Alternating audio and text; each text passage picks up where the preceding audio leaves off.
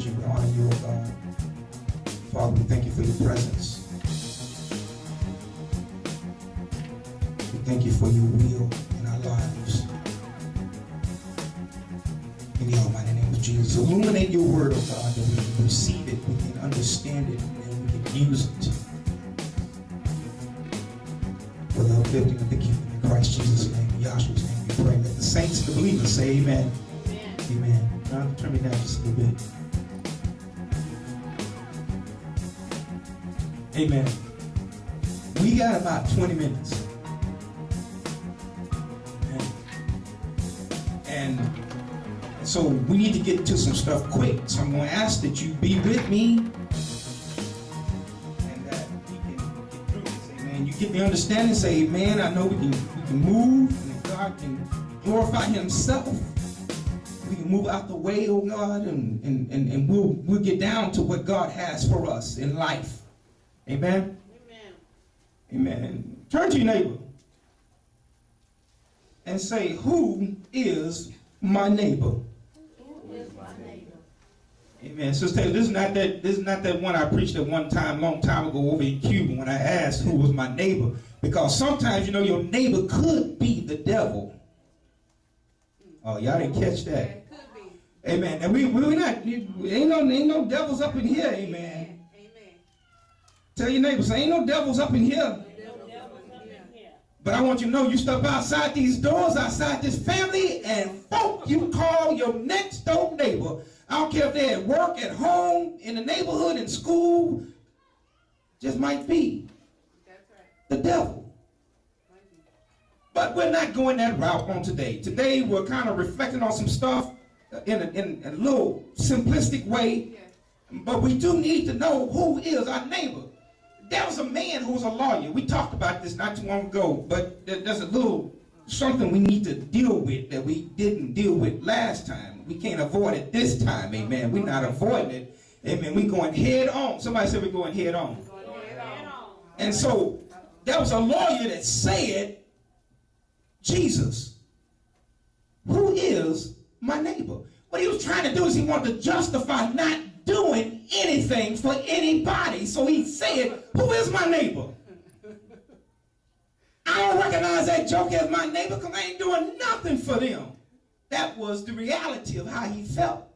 But he was a lawyer, so he wanted a legalistic way out.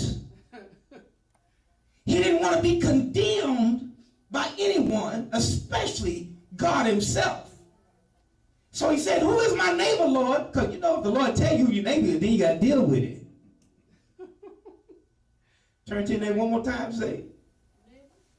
There you go, Sister Taylor. Say neighbor. That's right. Are you really my neighbor? Had a little twist on the last time. Amen, Sister Taylor. She pulled the reins. She pulled the reins on me. Amen. Go with me real quick to Luke chapter 10, verse 26. When you're there, say amen. While you're going there, I'm going to be reading. So I hope you get that quickly. Luke chapter 10, verse 26, coming from the Authorized King James Version, reads as thus. He said unto him, what is written in the law? How readest thou? In other words, how do you interpret it, Jesus? And he answering said, thou shalt love the Lord thy God with all thy heart, and with all thy soul, and with all thy strength, and with all thy mind, and thy neighbor as thyself. And he said unto him, thou hast answered right. This do, and thou shalt live. Look, if you love your neighbor, right, if you love God, put everything in perspective, love God with all of that, and then you love your neighbor as yourself, Jesus said, you shall live. Yeah, that's right. Come on, somebody. Come on. Yeah. And look what it says here in verse 29.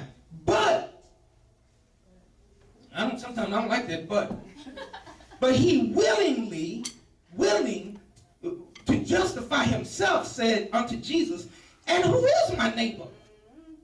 Because he's trying to get out of loving his neighbor. Because he just wants to love him.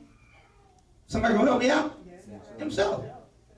And Jesus answering said, a certain man went down from Jerusalem to Jericho and fell among thieves, which stripped him of his raiment, meaning his clothes, and wounded him and departed, leaving him half dead. Y'all can help me out, it's okay. And by chance there came down a certain priest that way. And when he saw him, he passed by on the other side.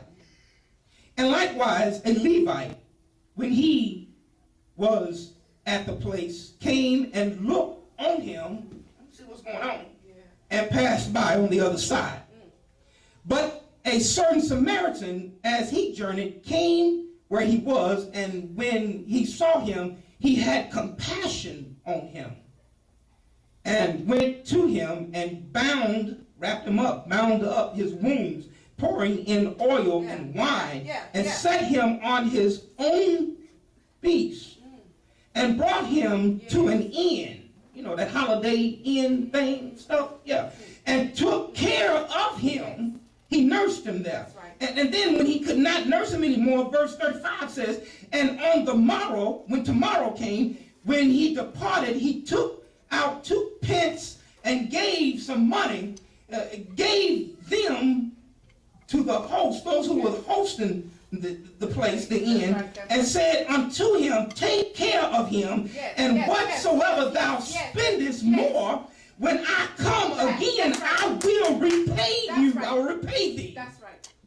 And 36 and 37 says, which now of these 3 Come on. thinkest thou? How do you interpret this? Was neighbor unto him. Which one of these 3 was the neighbor unto this man that fell among thieves? And he said he that showed mercy. I had to pause right there. That was all right. He said it was the one out of the 3, the one. Someone say out of the 3. Out of the 3. The one. Jonathan, turn that mic up right there. Harry. I want y'all to say this again with me. Out of the 3. Out of the 3. The one who showed mercy. The one that showed mercy. Yeah. The one who showed mercy on him. Then said Jesus unto him, go and do thou likewise. Go and show mercy. Yes. Are you with me? Yes. If you want to live, God says, go show some mercy. You ain't got to take everything from everybody all the time without giving anything back. Show some mercy. If you want to live, it's different if you don't want to live. If you don't care anything about living beyond today, if you're ready to give up life for the rest of all eternity, if you don't mind being separated from God who created you in his own image for the rest of eternity, if you don't mind being separated from him, then don't worry about showing mercy. But if you want to live, look at your neighbor. Look him in the eye good. If you want to live, show mercy. Point a finger. Y'all point a finger at each other. Point at me, Sister Mary. If you want to live, Jonathan, show mercy. We almost done. Amen. Look. I need you to understand that it's too many legalistic Christians trying to get out of doing the right thing because they feel like they don't have to do a thing for anybody else. Life is all about them. But God says that's okay if you want to think that way, but you're not going to live long without showing some mercy. Jesus himself died on a cross and they showed him no mercy. But you know what? He showed us mercy because he died for us. It should have been me on the cross.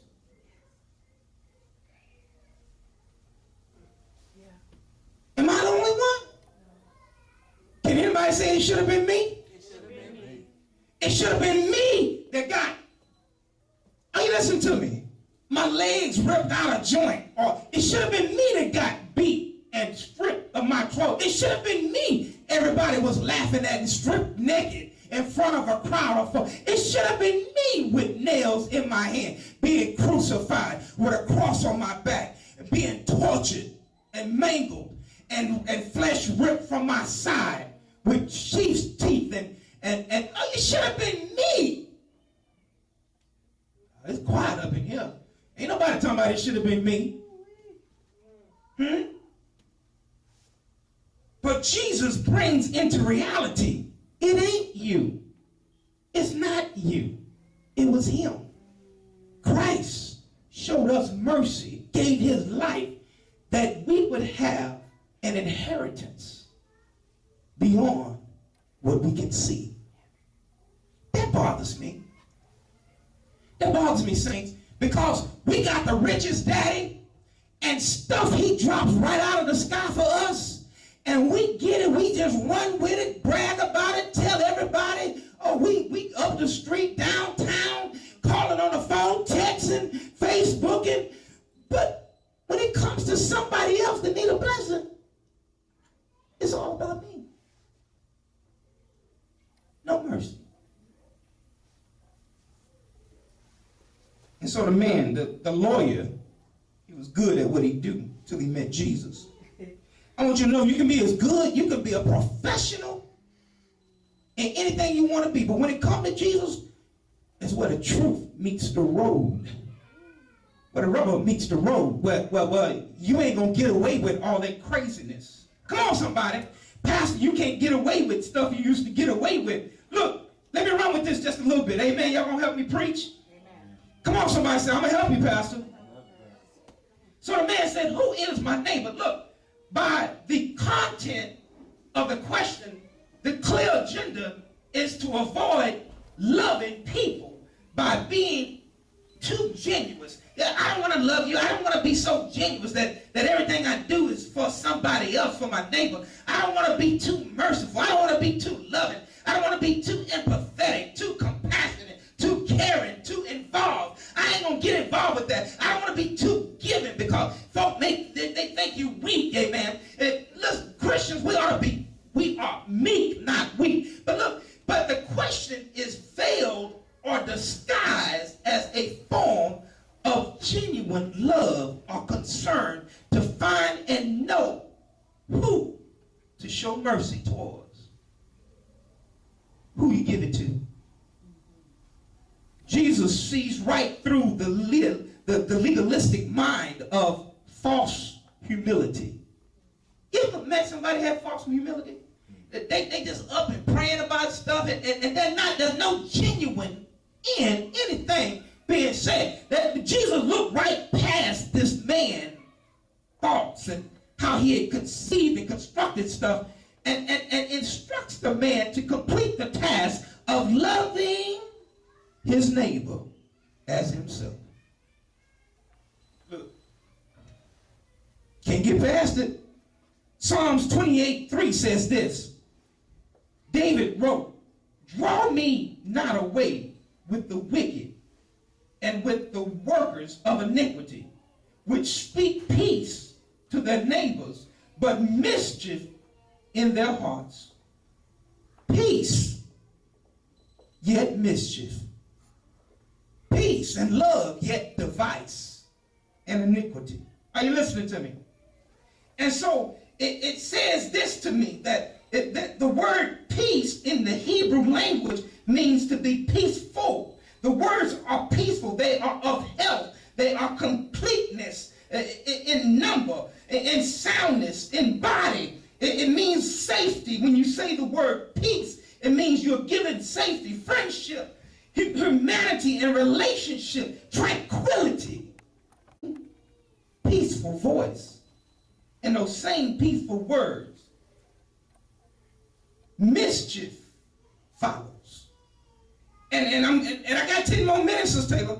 And since they speak peace, yet mischief, I looked at the word mischief in the Hebrew language, which meant bad or evil. It meant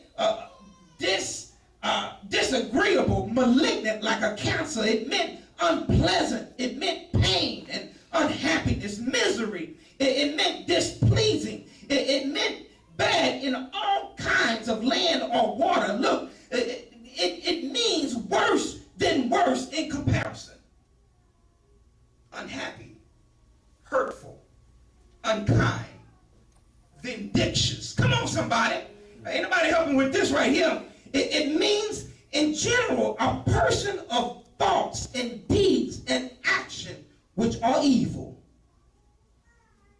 That's what it means. And so David wrote a song about it because he had run across these folks all the time. Michelle, you can sing some stuff when you know some stuff. Lyrics just pop up. Y'all musicians, y'all know that thing. And so look, what I'm trying to get you to say is, look, this man was trying to get out of it, but he wanted to make himself look good. And in the process of trying to look good, he called Jesus to look beyond his flesh and see his mind, his attitude, and say, man, you ain't nothing but evil. Because if you were good, don't worry about asking the question, go do it. Turn to your neighbor and say, go do it. Go do it. Mm-hmm. Yeah. And so Jesus interpreted the legality that we should serve who? Somebody? Our neighbor. And so we don't have to ask the question, who is our neighbor? What we need to ask is what kind of attitude we're going to have when we serve our neighbor. Jesus had it written down by Matthew in chapter 5, verses 2 through 10. It said this. If you look at verse 3, it says this. Blessed are the poor in spirit, for theirs is the kingdom of heaven. We ought to have an attitude that we can bless those who are, what? Poor in spirit. Blessed are they that mourn, for they shall be, oh, somebody help me out. Blessed are the meek, for they shall inherit the earth. Blessed are they which do hunger and thirst after righteousness, for they shall be filled. Come on, somebody. Blessed are the merciful, for they shall obtain. Come on, somebody. Here in verse 8 said this, Matthew 5 and 8 said, blessed are the pure in heart, for they shall see. Come on, somebody. And verse 9 said, blessed are the peacemakers, for they shall be called the children of. If you want some mercy, you got to give some mercy. You got to get up off your intuitiveness, all your mind of thinking about who you are, all your ego and your boldness and your arrogance and your assertiveness against other folk, and find you need to go seek somebody you can help. Go look for a neighbor, because most of us act like we don't know who the neighbor is. They've been living there for 15 years. Come on, somebody right across from you. 5 little old steps from where you live. But we don't know our neighbor. Don't care to know our neighbor. Don't know their name. You don't care about the car they drive. Wouldn't know how many children live right next door to us. Come on, somebody. Jesus said you got to serve your neighbor. If you